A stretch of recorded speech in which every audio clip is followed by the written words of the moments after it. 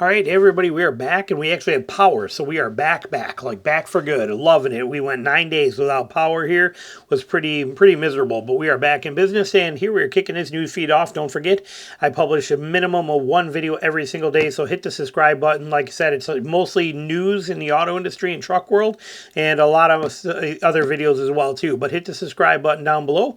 Toyota sales plunged 21% in September, marking fourth straight month of decline.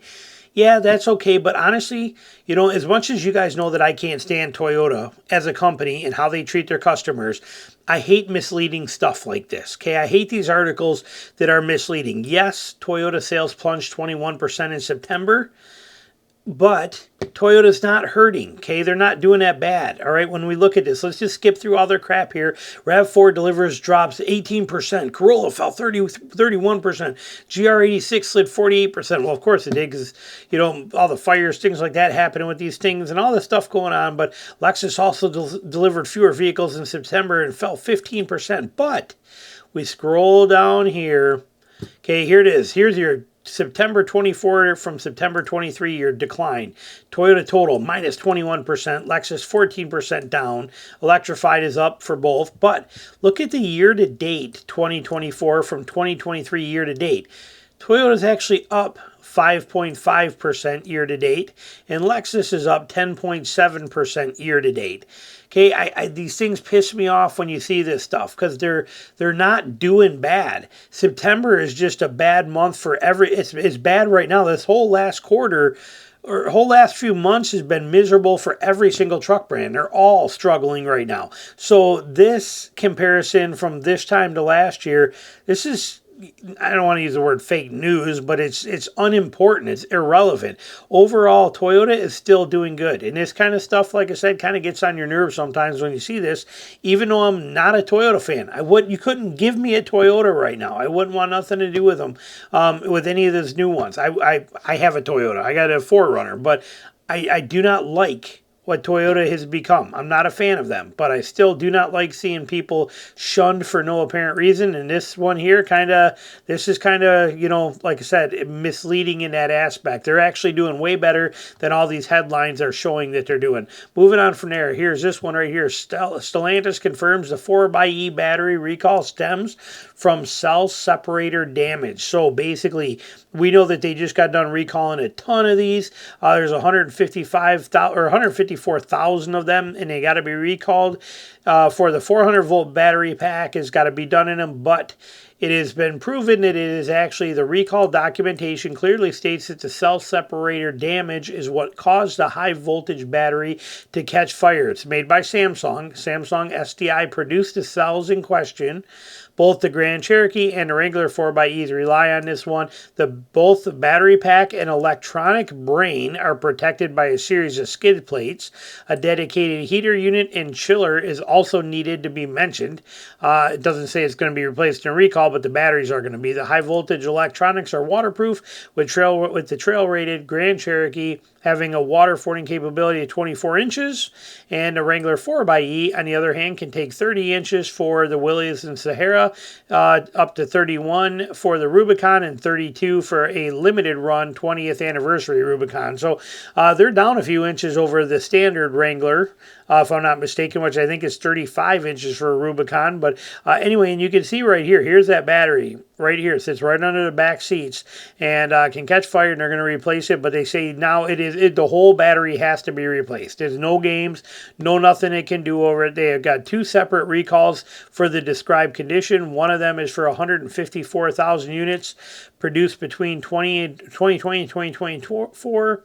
And they are going to get it back to us and let you know. They said the recall notification letters will be mailed between the 17th and 29th of October. And remember, park outside. Do not park this in your garage. Okay, kind of thing in the meantime. But so now you got an update on it. Next one right here, the Silverado, the 2025 Silverado, most affordable full-size truck in America. Okay, you got to understand something here that GM has done. Through the pandemic, after the pandemic, and currently, GM has been the one that has refused to shaft customers. They refuse to give you these crazy high prices like Toyota's done, like Stellantis has done, like Ford has done. GM has refused to do that. They keep their prices very reasonable. Now they went up, but they've went up very minor, half of what Toyota has, and like a third of what Stellantis has, okay, and half of what Ford has. And Chevy has stuck to that the whole time. Chevy is also the only company that has chose to get better since the pandemic, where every other company's went the opposite direction. Chevy has improved in every category since then. You got to give a lot of credit to Chevy where it's due. Now, you will read in the comments, like I do on all these videos, it seems like these people are coming out of the woodworks now. Chevy's junk, Chevy's garbage, Chevy's crap. I would never drive one. Okay, same thing on if I publish a Ford video. Ford's crap, Ford's junk, Ford's garbage. Every brand video I publish now, I got this flock of people that just got to jump in on it and rave about how crap everything is today. It's almost the point where I'm ready to just shut these guys down. I'm sick and tired of hearing it. But you'll probably hear that on this video from these guys too. Chevy's junk is garbage. It's not at all. Chevy's the only company out there that actually treated customers well during the pandemic, after the pandemic, has stepped up to the plate, is doing everything right, is pushing the limits, is taking these vehicles to new places, is doing a fantastic job. Okay, it's doing an absolute incredible job, and it's keeping the price lower and lower, which when everybody else is going up. Now, the 25 Silverado hasn't changed much. Gets the new paint colors and a little bit of extra changes in equipment, but $38,795 is the starting price for a full-size Chevy Silverado in 2025. That's beautiful. So there it is, starting at what's the difference? Let's see here. That includes the destination fee. Okay, in that price, included in there. Put that favorable when you look at the competition. 2025 F-150 begins at $40,600. That's $2,000 more. $2,000 more. Well, $1,500 more. The Ram will set you back $42,270. Okay, now we're getting close to, almost $4,000 difference there. The Tundra, same thing, almost a $4,000 difference for the starting base trim of a Silverado. That's pretty crazy when you think about that. And like I said, I got a lot of mad respect for Chevy right now. Understand, I say that as a guy who hated Chevy for 20 years. Would never touch one. Like I said, I literally thought if I brushed up against one, I would get some kind of weird Chevy cootie. Okay, I didn't like Chevy at all for 20 years. After the pandemic, starting in 2023, I love what Chevy has done and what GMC has done. Phenomenal companies. They're killing it. So what's new for the cheapest full-size in America? Not much. New color palette. Cypress Gray is coming. Riptide Blue is coming. Customers will also find a newly available 20-inch wheels with high gloss black finish.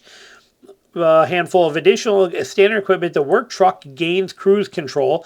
The LT and above trims now come with a brake controller standard. Beautiful. I think the work truck should come with a brake controller as well too. After all, it is a work truck, but there it is. And then the off-road focus, the Silverado ZR2, which is the only, that in its Canyon Twin, is the only full-size truck made in America today where you can get front and rear lockers. The only one. Nobody else offers it. Okay, the only one. But their off-road Silverado focused ZR2 also gets a premium audio system as well as front and rear parking assist. So there you go, some little changes. Nothing changed with the motors. Motors are all still staying the same. Pretty basic in there as far as that stuff goes. But here are your prices. MSRP for 2025. You can see them in here. Okay, not bad at all, especially when you go pricing everybody else out. You will come back to these and go, wow, these are very, very nice. Okay, very, very nice. So they did a great job with the prices. They did a fantastic setup. My hat's off to you, GM. Well done. So any comments you got? And Lester comments about how this is junk and this is garbage. Because like I said, I'm so tired of reading them. And nobody cares what your opinion is on the truck. And the people that own the truck, all you do is bring them down for no reason. They already own the truck. And then here you are telling them, ripping on it. I get so tired of it. Seriously, it really is exhausting to listen to. But anyway, any comments you got, put them down below. Thanks for watching.